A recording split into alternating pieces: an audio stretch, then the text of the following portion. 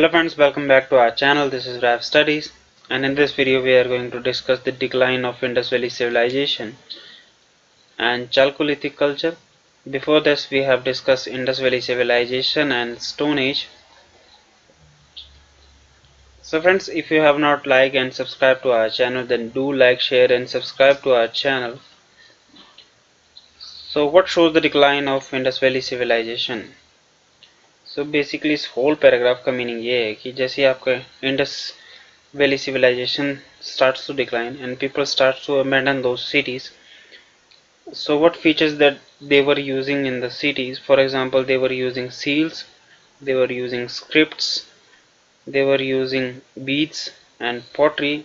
They all started to disappear, and the standardized weight system that they were using in the Indus Valley civilization, they started not to use that system and they started using local weights. Basically कहने का मतलब ये है कि आपके जो cities थे वहाँ पर आपका रहना मुश्किल हो गया था, तो people started moving towards south and east, और उन्होंने वहीं की आपकी जो कंडीशंस थी, लोकल कंडीशंस को था, उनको अडेप्ट कर लिया। और बेसिकली इन 3 पॉइंट्स का कहने का मतलब यही है। और जो फोर्थ है आपका जो आयरन इनोवेशन, वो आपका प्रूफ करता है आपका डिक्लाइन ऑफ हड़प्पन सिविलाइजेशन.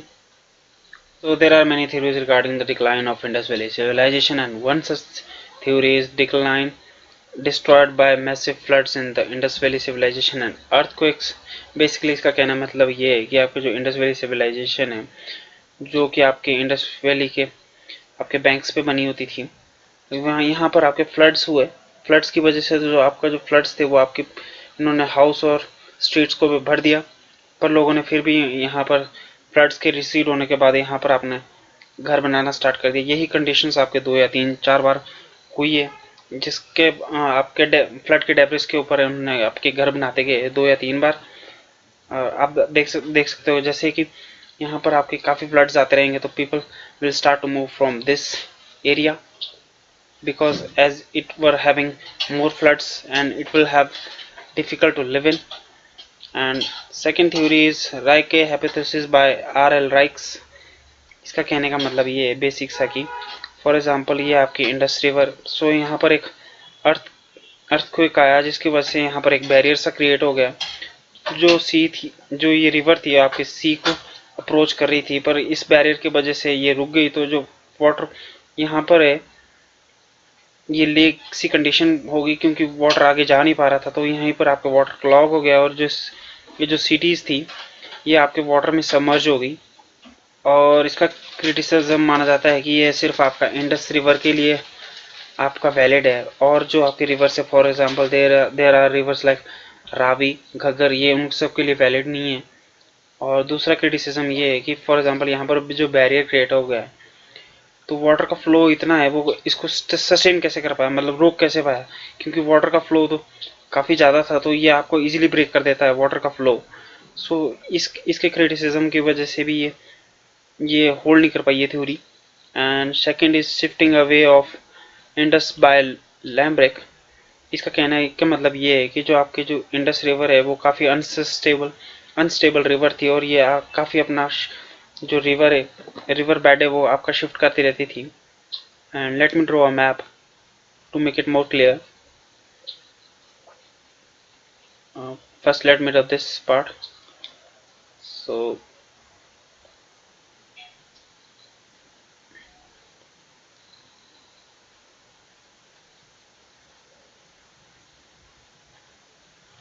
सो ये आपका इंडस वैली सिविलाइजेशन का जो एरिया था यहाँ पर. सो ये आपका जो काफ़ी सेमी एरिड एरिया है, और जो यहाँ पर जो वाटर की अवेलेबिलिटी है वो आपके मैक्सिमम आपके रिवर की वजह से होगी. तो अगर यहाँ पर रिवर थोड़ी सी भी शिफ्ट कर जाती है तो लोगों को यहाँ पर काफ़ी मूव करना पड़ेगा, जिसकी वजह से यहाँ पर वाटर स्कार्सिटी की कंडीशंस अवेल कर सकती है. और इसका क्रिटिसिज्म भी यही है कि सिर्फ ये आपके इंडस रिवर के लिए सूटेबल है. And third theory is increase aridity and drying of the Ghaggar river, which was given by D.P. Agarwal and Sood. So basically इस थ्योरी का कहने का मतलब ये है कि जो आपकी जो घग्गर रिवर है ये आपकी सतलुज की ट्रिब्यूटरी तथा आपकी यमुना की ट्रिब्यूटरी से बना होता था, पर आपके जो अर्थक्वेक आया, जिसकी वजह से जो आपके जो सतलुज रिवर है ये आपके शिफ्ट होके आपके इंडस में ज्वाइन हो गई, और जो ये गंगा है, गंगा रिवर, ये आपके यमुना है, ये आपके गंगा रिवर में ज्वाइन कर गई, जिसकी वजह से यहाँ पर आपकी वाटर स्कार्सिटी आ गई आपकी घग्गर रिवर में। और जैसे मैंने कि पहले बोला कि ये जो एरिया है वो काफ़ी सेमी एरिड है, तो वाटर की अवेलेबिलिटी की वजह से यहाँ पर काफ़ी इकोलॉजिकल डिस्टर्बेंसेस क्रिएट हो सकती हैं। Fourth is barbarian invasion by Wheeler. Basically इस थ्योरी का कहने का मतलब ये है कि जैसे आपका आयरन इन्वेजन हुआ, तो यहाँ पे जो इन्वेजन के दौरान इन्होंने यहाँ पर काफ़ी मैसेकर हुआ आपकी इंडस वैली सिविलाइजेशन में, जिसके जो प्रूफ है आपको मिलते हैं human skeletons which were lying on the streets. और another example is Vedic god which is called Purandara, which is means breaker destroyer of the forts. और इसका एक एग्जांपल है कि यहाँ पे हरियप्पा है, एक जगह है जहाँ पर आपका बैटल हुआ था, जहाँ पे आर्यंस ने बैटल फॉट किया था, बैटल फॉट, जिसकी जो साउंड है वो काफ़ी सिमिलर है आपके हरप्पा से। और इसका one of the criticism is that Aryan invasion which was occurred in 1500 BC, और जो आपके हरप्पन सिविलाइजेशन है वो आपका starts declining in around 1800 BC, around 300 BC gap you can notice here. और जो आपका सेकंड क्रिटिसिज्म है वो है आपका मोहनजोदारो और हरप्पा में कोई और एविडेंस नहीं मिला है आपका मिलिट्री असॉल्ट का। हो यह भी सकता है कि फॉर एग्जांपल यहाँ पर आपके फॉरेस्ट की वजह से आपके स्कार्स कंडीशंस आ गई थी आपके वाटर की और फूड की, तो बैंडिट्स ने भी यहाँ पर अटैक किया जा सकता है, जिसकी वजह से यहाँ पर ह्यूमन स्केलेटन से वो मिले आपको इनकी स्ट्रीट्स पे। Theory is ecological balance bye fair server. Basically इसका मतलब ये है कि जो आपके जो इंडस वैली सिविलाइजेशन है वो काफ़ी पॉपुलर सिविलाइजेशन थी। यहाँ पर अराउंड 35,000 लोग यहाँ पर रहते थे, तो इतने लोगों को आपको फूड भी सस्टेन करना है, फूड जिसकी वजह से आपके प्रेशर पड़ेगा आपके फॉरेस्ट पे, जिसकी वजह से आपके यहाँ पर फॉरेस्ट की भी क्वांटिटी कम हो सकती है और फॉरेस्ट भी डिप्लीट हो सकते हैं। और जब आपके फॉरेस्ट डिप्लीट होंगे तो नेचुरली है कि आपका जो फ्लड्स हैं वो आएंगे और ड्रॉट्स की कंडीशंस भी अवेल कर सकती हैं। So what were the outcome of decline of Indus valley civilisation. Basically outcome ये था कि जैसे ही यहाँ पर सिटीज़ में आपका रहना मुश्किल हो गया, तो लोगों ने आपकी दूसरी जगह पे प्रस्थान करना स्टार्ट कर दिया, for example east and south and. और जो इन्होंने ये आपके एग्रीकल्चर कम्युनिटीज़ के साथ घुल मिल गए, आपके सराउंडिंग की जो एग्रीकल्चर कम्युनिटीज़ थे उनके साथ मिल गए। और उन्होंने ऐसा भी नहीं था कि उन्होंने जो वहाँ के ट्रेडिशन थे, फॉर एग्जांपल जो भी आपके ट्रेडिशन थे आपके इंडस वैली सिविलाइजेशन में, जो कि हमने पिछली वीडियो में भी डिस्कस किए हैं, वो सारे सभी छोड़ दिए।